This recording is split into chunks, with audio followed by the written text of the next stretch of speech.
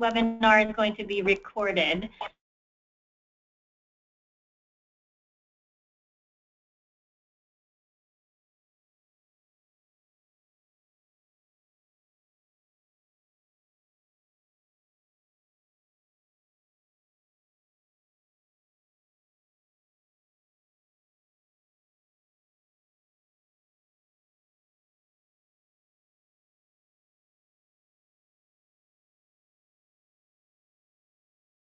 Review of best practices.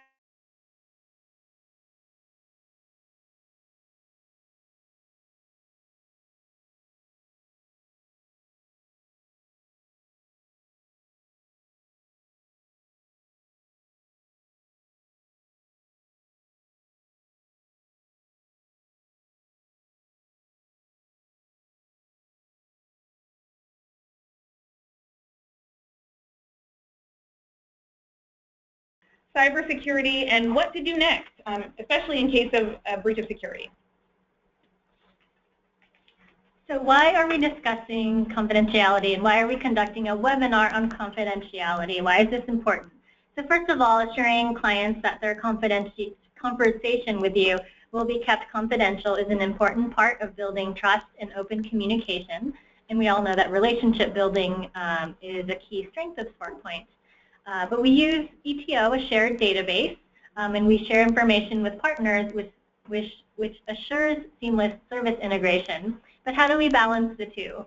Keeping things confidential, but sharing information with partners so clients don't have to repeat information when they're meeting with multiple coaches. We just need to know what is confidential, who information can be shared with, and to communicate with clients how the information is used and shared. Plus, we're also working with schools now, and we're collecting student data, so we need to make sure we know the rules and regulations, since that introduces another layer of confidentiality concerns.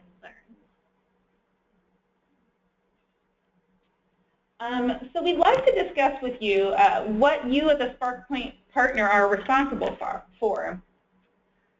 So all SparkPoint centers should have some processes in place to ensure client confidentiality. All employees should receive training on confidentiality and privacy, and it's recommended that as a condition of employment with your centers, all employees sign a confidentiality agreement. As a partner, you're responsible for making sure that you are only using client data for business purposes. Ensuring that you keep sensitive client information secure, which includes safeguarding personal information. Ensuring any documents contain personally identifiable information are disposed of, properly disposed of. Reporting any violations to client privacy. And making sure that all new staff and volunteers are trained in client confidentiality. So next we're going to review what the law says regarding safeguarding client data.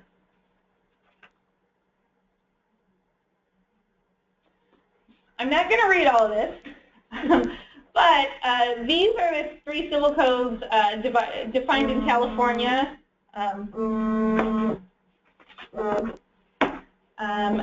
That discuss how businesses should maintain client confidentiality. So California Civil Code 1798.81.5 discusses businesses who are responsible for maintaining client information. California Civil Code 1798.81 discusses steps taken to dispose of documents. And then the Civil Code 1798.32 discusses what to do in case of a security breach.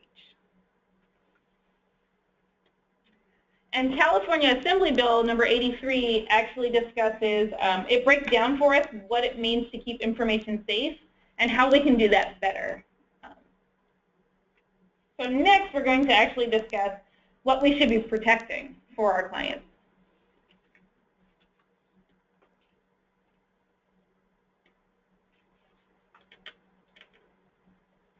We're protecting clients' personally identifiable information, or PII. This is the information that distinguishes one person from the next, usually in combination with each other.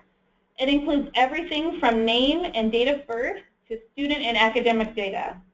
At many of our centers, we're collecting all of this information for various purposes, including Social Security information and health information. So we want to make sure that we are keeping all of this information safe. Next, we're going to discuss a tool to help identify ways to protect our client information. The information lifecycle. The information lifecycle is a management system. It's a comprehensive approach to managing the flow of information and data from creation and initial storage to the time when it becomes obsolete and is deleted. Unlike earlier approaches in data storage management, ILM involves all aspects of dealing with data, starting with user practices rather than just automating storage procedures. Also, in contrast to older systems, ILM enables more complex criteria for storage management than data age and frequency of access. The information lifecycle defines how to handle data from inception to disposition. So protecting PII is important during each stage of the information lifecycle. So the first thing that we're doing is data collection. Gathering data or gathering PII includes our welcome and our baseline forms and our follow-up assessments. We're gathering all that information. So things to consider when collecting this information include, are you allowed to collect the PII by law? Do you have legitimate business needs to collect this information? And are you obtaining it in a safe manner so that it cannot be overheard or seen by others? And did you request the minimum amount of data or personal identifiable information to get your job done? So the storage piece is maintaining or storing PII. And this considers, things to consider include, did you secure the documents and files that contain PII? Are you storing it only where authorized personnel can have access to it? Did you follow proper security procedures to secure the PII? The use of the data that you're using is important because it's how we accomplish our job functions. So things to consider when using data for clients include, will you use this for the purpose that it was provided? Have you verified that everyone that's using this PII is being shared with and has a need to know this information? And did you share only the minimum amount and follow the disclosure procedures?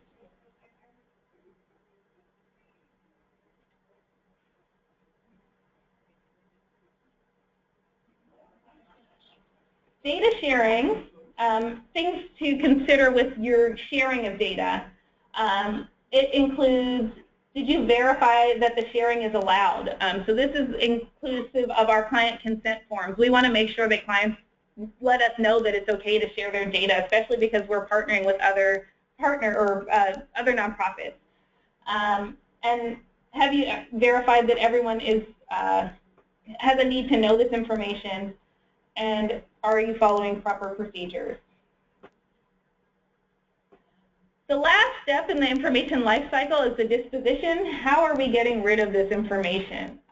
When you no longer need it, so when clients are exited from the program, how are we getting rid of their information? And we need to make sure that we're following proper procedures. So when it's no longer needed, we need to follow organizational disposal policies. And things to consider are making sure that it's following retention records, a schedule. Did you shred any papers containing PII? And did you give back unused equipment? So computers that are no longer useful, is that being stored or disposed of properly? So all of this is combined to protect our clients' information. So again, the steps of the information lifecycle include data collection or creation, our data storage, how we're using the data, data sharing, and disposition, how we're getting rid of it. So some ways that we can keep our physical documents safe include making sure that where all records are kept, they're locked. If you leave the room or walk away from the filing cabinet, you should lock the door behind you. At our centers, we keep data on the computers as physical files, so we need to make sure that we're maintaining our physical documents in a safe, secure way. We only want employees who have specific job functions associated with client data to have access to those client files. So this includes your case managers and your data people, but everyone should be trained in keeping the client files safe.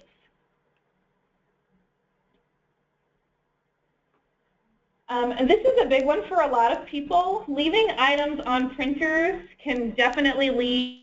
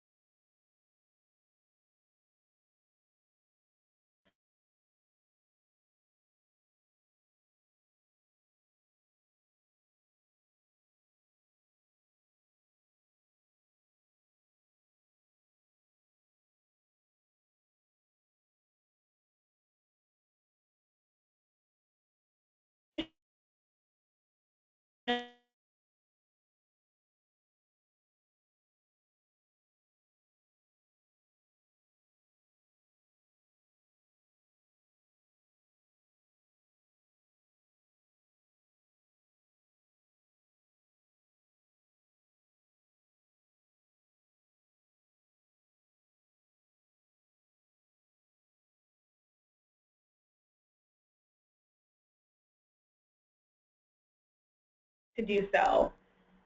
And any security situation that would compromise our personal identifiable information is how we can sink our ship.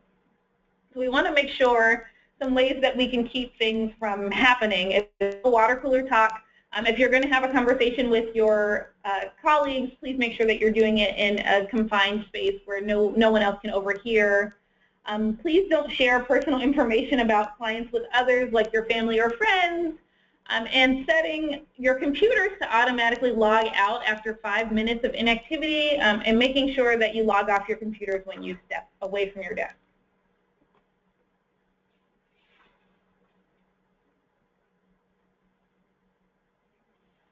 So with client consent, we want to make sure that our clients are aware of the reasons we are asking for information.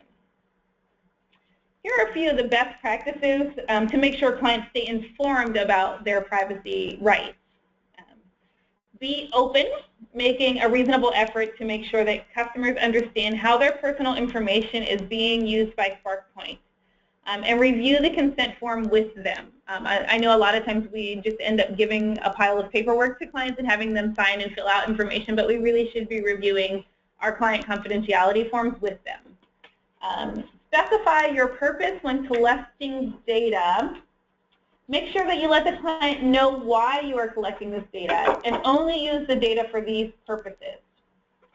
So an example of this might be when clients are interested in purchasing a home, you'd say, we'll need to collect your social security number in order to run your credit report. We will only be using your social to run the credit report and will not be storing the social security number in any file. This creates a safe space for sharing personal data. An example of when it would be not appropriate to collect data might be when a client's interested in financial coaching and asking for a social security number. You don't need a social to create a budget, so asking for that data is inappropriate. So specifying your purpose and making sure that it's for business purposes only is really important. Collecting and using data wisely, so making sure that you are not coercing clients into signing the consent form, and also making sure that you are using wisely the data that you collect. In our forms, which is our actual client consent form, include language to account for the addition and subtraction of new partners. I know that sometimes that happens within our centers. We need to make sure that in our consent forms, and when we're speaking with clients, that they're aware that we may add or lose partners in between the time that we're working with them, and that we are going to still be sharing data with people. And quality, making sure that the information that we collect is accurate, complete, timely, and relevant to the purposes for which it will be used. With all this information, what else could there be, you say? Lots more. Anne is going to discuss FERPA and how it relates to our centers. Thank you, Nicole. So FERPA stands for the Family Educational Rights and Privacy Act. It is a federal law designed to protect the privacy of student education records. FERPA is a very complicated law and has many components to it, but the two key things to note are, number one, under this law, parents or eligible students under the age of 18 have the right to inspect and review the student's education records maintained by the school or the district. And two, parents or eligible students have the right to request that a school correct records which they believe to be inaccurate or misleading.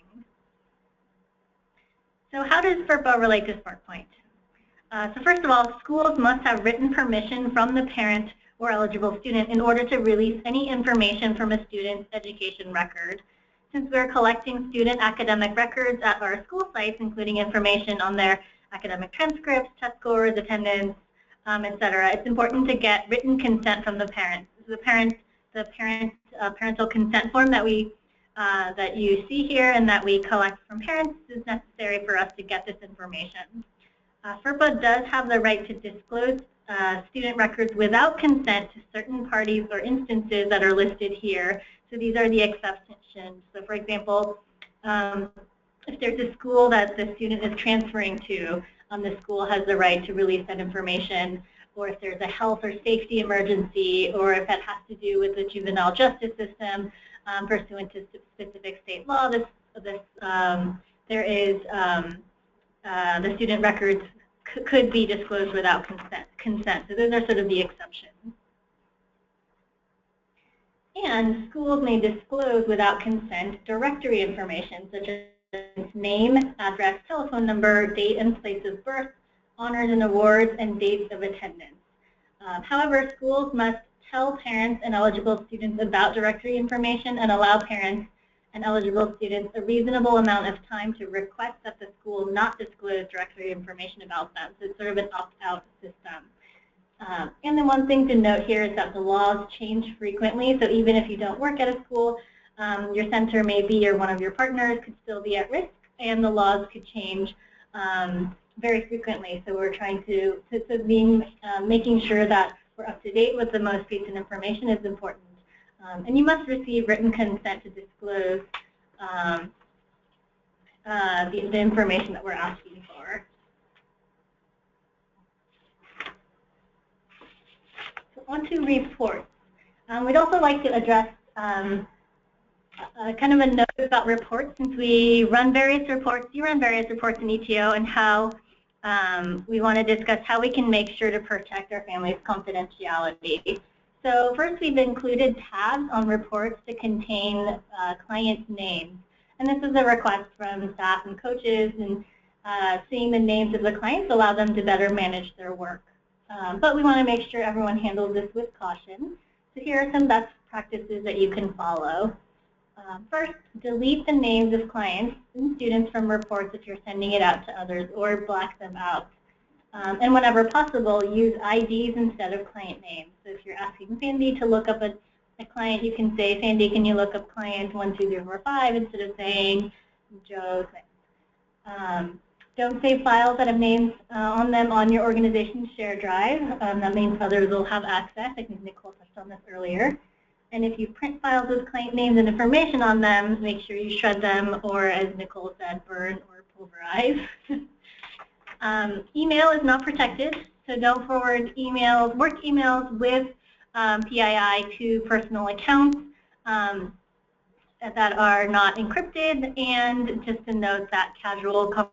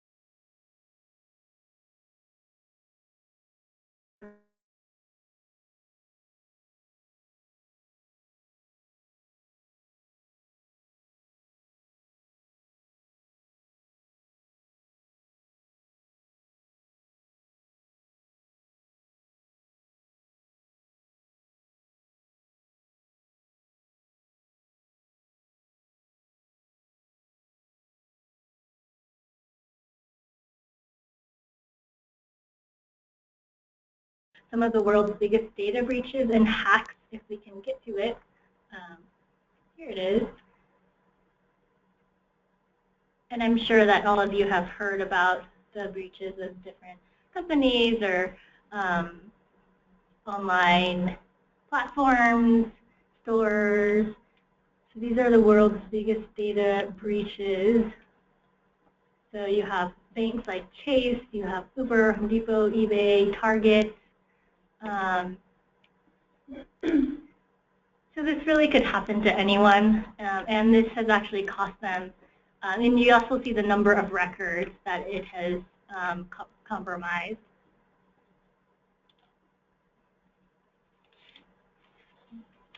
So what can we do next? What happens when data is compromised? So first of all, we want to make sure to develop an internal response plan.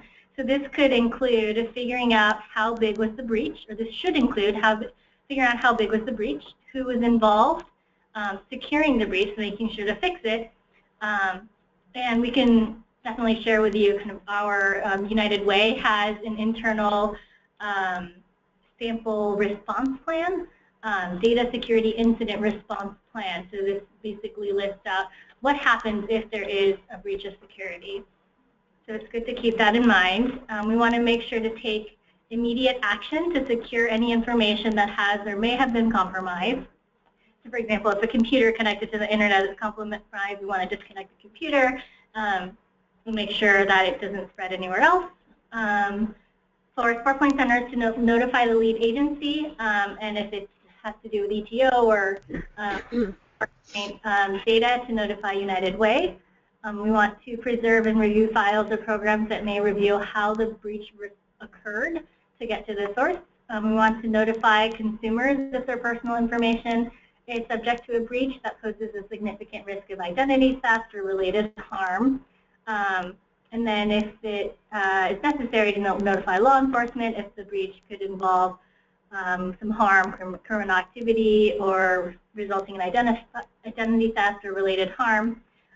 We should notify credit bureaus if it has to do with a credit breach, and any partners who were involved, any staff members, partner agencies that were involved. We want to make sure to notify them. And we'll be including better language about confidentialities in our MOUs this coming year, so it might be a good idea for lead agencies to think about having this internal response plan and about whether getting cybersecurity insurance could be beneficial if the agency doesn't already have something in place. $4 million is a lot. So that was the end of our webinar, and now we're going to open it up for questions.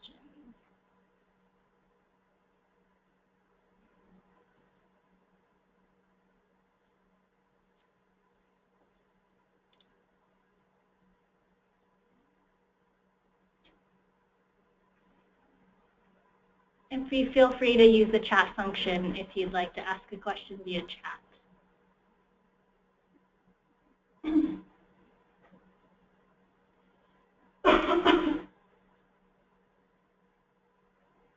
Well, you guys are a quiet bunch. Does anyone on the phone have any practices that they currently use or best practices that they currently use around security? Remember, you're on mute. You want to pick yourself off.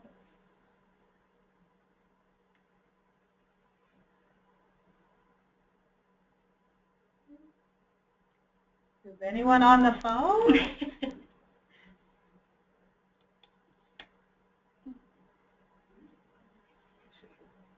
We have a question. Should we rely on our lead agency? Yeah, we actually discussed, when we discussed cybersecurity and our internal data response plan with our CFO, she was mentioning that SparkPoint is interesting because it isn't really, SparkPoint itself is not an organization or an entity.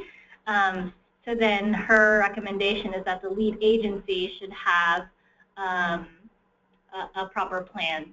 Actually, Lucinda's question was, should we rely on our lead agency to have a policy for cybersecurity? So yes, the lead agency should have some kind of response plan, internal security response plan. Great question. Other questions?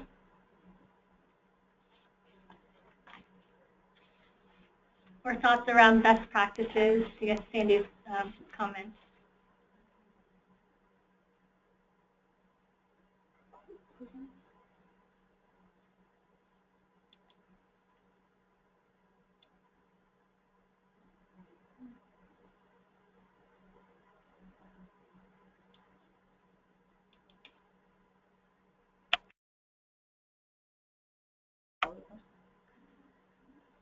Okay, so should we purchase fireproof file cabinets? And that came from Ken Street. I think it's up to each lead agency to determine what's needed. As long as it's locked, we think that's the best practice that we're advocating for. But I think it's up to each lead agency to determine whether or not they need the fireproof file cabinets. And I know certain agencies, HUD agencies, for example, have regulations about locked cabinets and making sure that credit scores are kept on file. So they probably also have certain regulations and procedures that they recommend as well.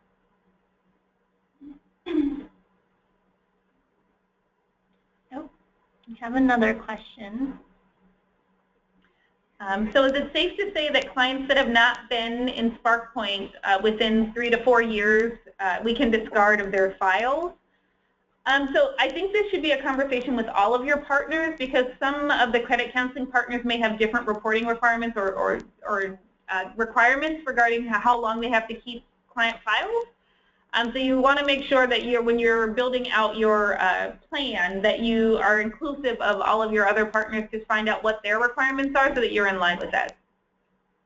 I think it's a good idea for the partners or the steering committee to discuss how long should client files be kept. And I know that some of the centers that have been open for a while definitely have client files and thousands of welcome forms that they keep on file. And so there could be a policy around, for each center, how long should the files be kept, and what are the best ways to discard of the information when it is no longer relevant.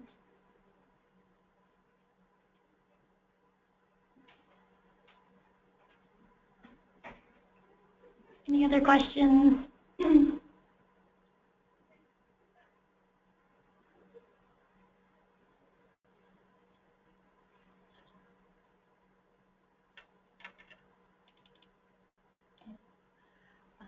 So we have another question.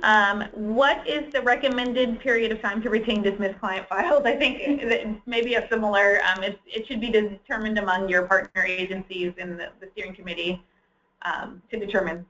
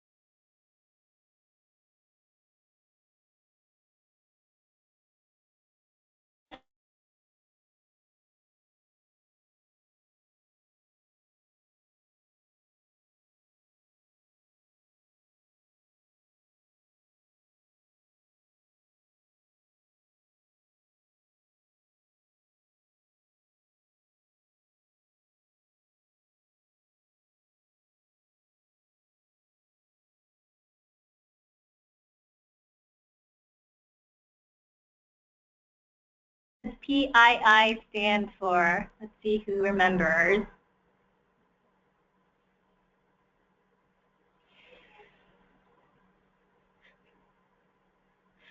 Ooh, Audrey and Elsa, very quick.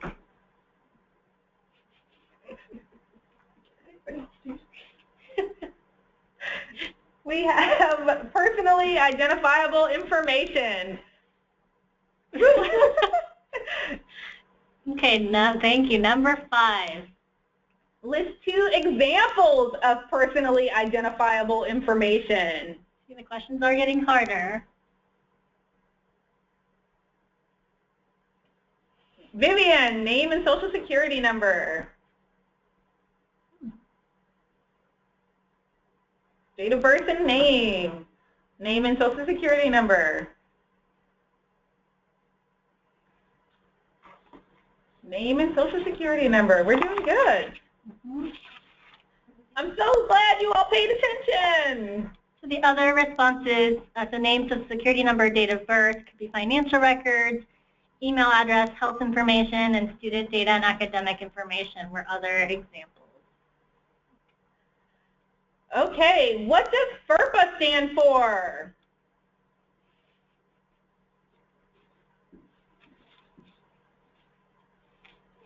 Oh, taking a little longer for this one.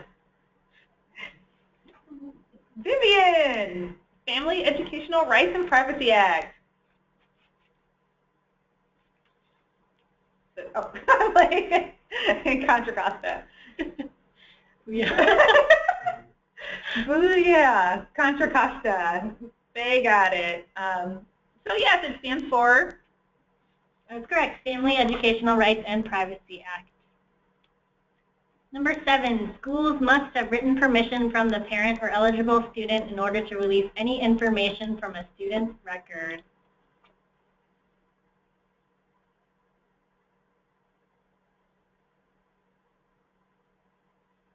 We have a false.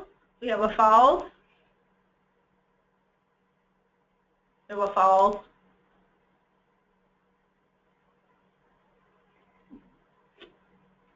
They can release. We have a qualification to the false, which is they can release the directory information.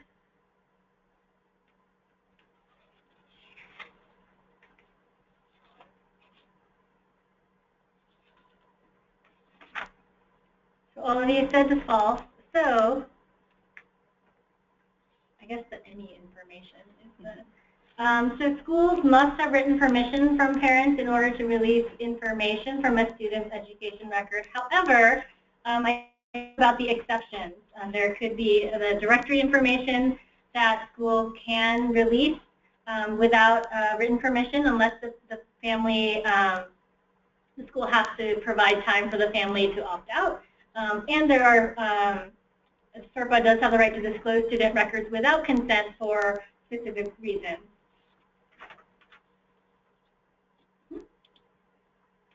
Okay, we're getting close to the end. Which of these are best practices to avoid compromising client data on reports? Deleting names of clients and students from reports if you're sending them out to others or blacking them out. Whenever possible, using IDs instead of client names. Not saving files that have names on them on your organization share drive. If you print files with client names and information on them, make sure you shred them. And then email is not protected. Don't forward work emails with PII to personal accounts. Or all of the above. We've got a lot of all of the above.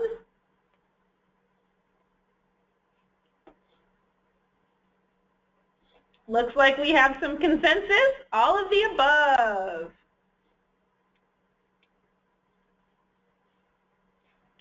So now, write 2 best practices to avoid compromising client data on reports.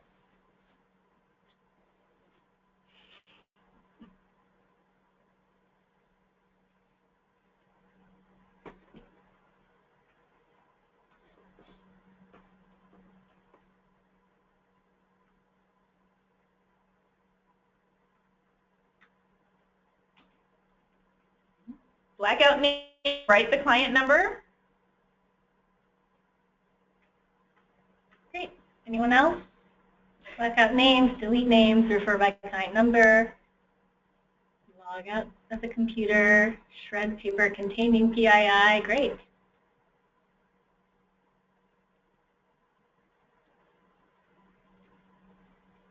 Sounds great.